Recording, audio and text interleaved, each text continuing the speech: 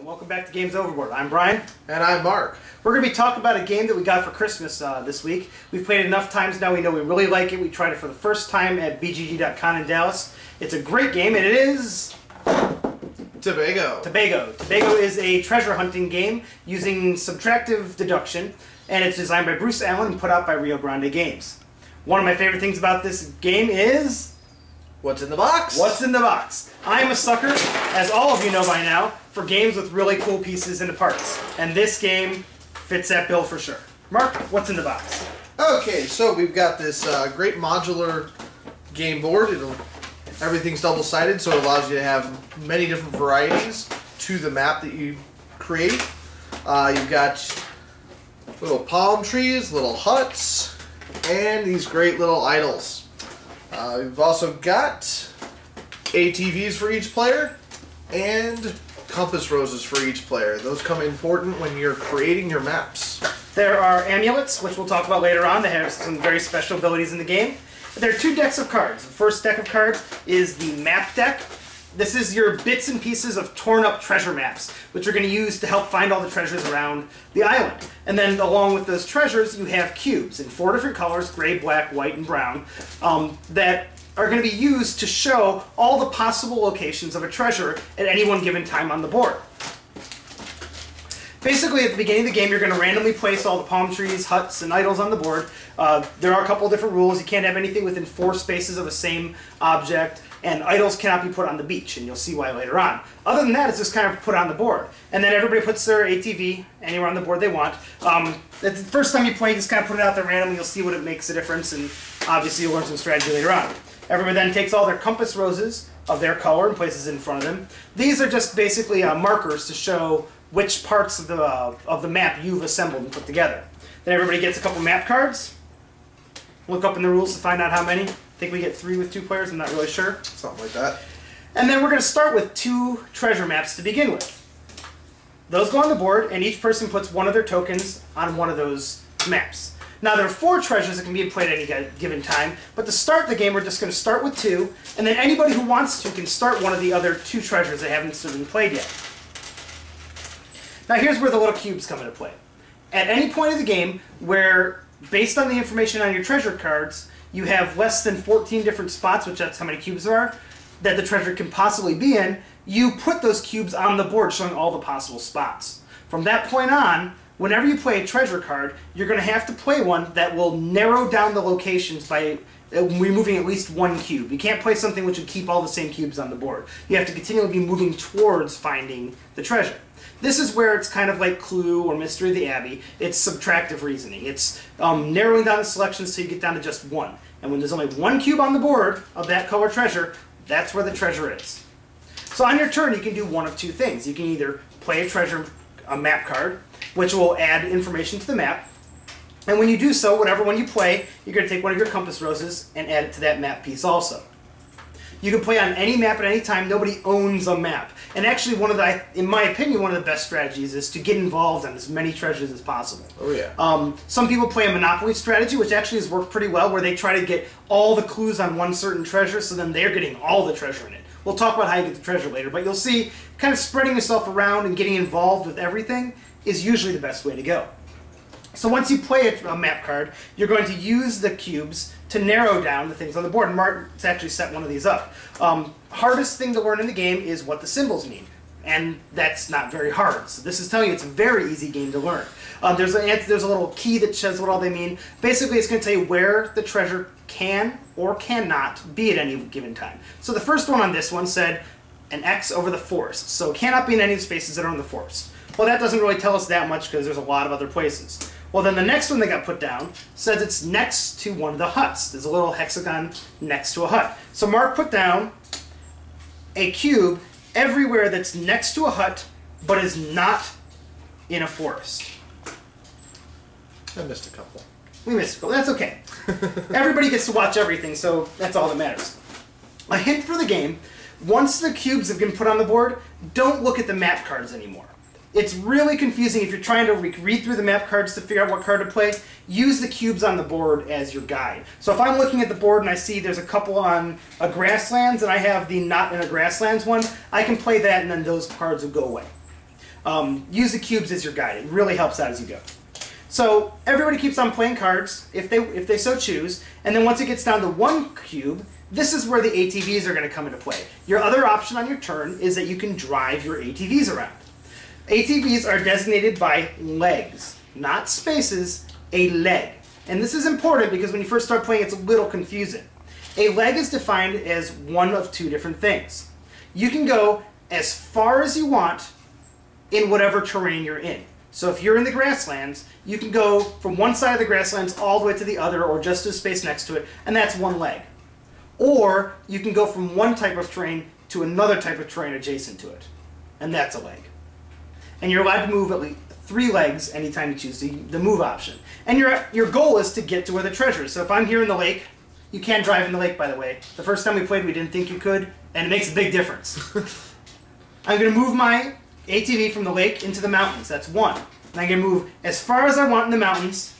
I'm going to go all the way down here. That's 2. And now I'm going to move from the mountains over to the grasslands because I'm right next to where the treasure can be. That'd be 3. And that's moving. Let's just pretend for a second that I actually just land on where the treasure is. Shall we? Why not? We shall. What happens, this is where the treasure comes in. Whoever lands on the cube where the treasure actually is going to get 1 additional compass rose, and you're just going to put it at the bottom of that treasure stack. So you're going to get a bonus for being the person that actually picked up the treasure. Now Mark's going to talk about treasure. All right. Where's the treasure? There's the treasure. For each of the number of cards there are in the treasure map, you get that many treasures doled out to you. They are separated. The person, for each compass rose, you get 1 treasure card. So Mark has 2 in this treasure, and I have the 1 single one for going to find the treasure. So he gets 2, and I get 1, and we get to peek at these cards. There can be anywhere between 2 gold and 6 gold on any given card. Once we've taken our look, we add another card, shuffle them around, and then we essentially bid on the treasures. So I put this out. Brian, since he found the treasure, gets the first bid. We work from the bottom up, and you have 1 of 2 choices. You can either accept the treasure card that's face up, which is a 2 gold, or you can pass. If you pass, it goes to the next person in the line, and they have the option of accepting or denying it also. Note there's always 1 more treasure card in the stack than there are people that are going to get them. So there can be 1 treasure that gets passed all the way through and nobody takes. So if I decide I'm going to take this treasure card, I'm going to say I pass. And then Mark now goes to Mark because he's the next one going from the bottom up. And I'll take it, why not? so he takes it, and he takes it the first one. What happens is now he removes his compass rose and that map piece from the stack and takes the card. This means that if a really good one comes up, the next one that comes up is a 3. I looked at my card and it was a 2, so I'm like, you know what, 3 is better than I think. Now I take it.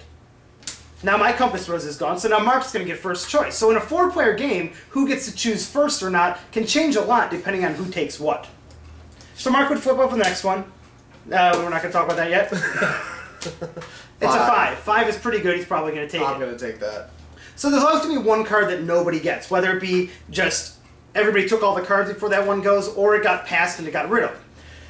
The next thing that happens, whoever had the last compass rose is actually going to get to start the next treasure. They immediately take a card that's still in their hand and play it to start that treasure again.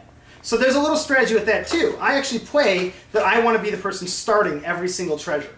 So even if I have to take a coin that might be a little less, I might do so I get to be the one starting the next treasure. That means I'm involved in every single one of them. Once again, like I said, I have a compass rose on all of them. So there's a little strategy with that. Basically, the game keeps on going like that until the treasure deck runs out. When the treasure deck runs out, you count up all of your coins, and whoever has the most coins wins. That's it, in the basic game.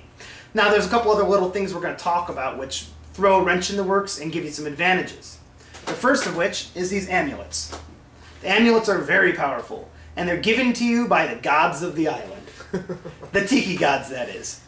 Every time a treasure has been resolved, that means we went through and gave out all the treasure cards, before the next person takes their turn, the amulets are going to be put on the board. The amulets, you go get eyesight straight across the board from wherever the tiki idol is facing, and you place the amulet on the beach, straight from there.